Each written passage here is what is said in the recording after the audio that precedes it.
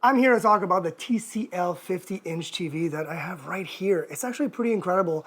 Incredible value for the type of investment you're doing.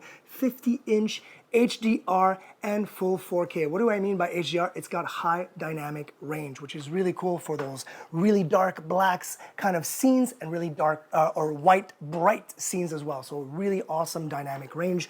I love the remote as well that comes with it.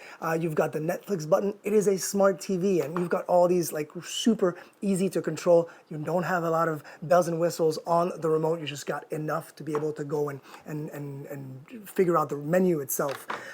What I love is that, yes, like I said, it is a smart TV. It's got an Ethernet port in the back, so you don't have to just go Wi-Fi. If you want to go Wi-Fi, yes, it has Wi-Fi as well. It has an optical out for if you've got a sound bar, for example. You can go optical out, which gives you the best quality sound. This TV is incredible. It is ready to go Google TV if you want it straight out of the box, or you can do whatever you want in terms of your own apps. Really love it. It's super easy to install. The little stand here just uses 2 screws on each side, and look at that, perfect. It's lovely, super light, and 3 HDMI in the back, by the way, so you're set.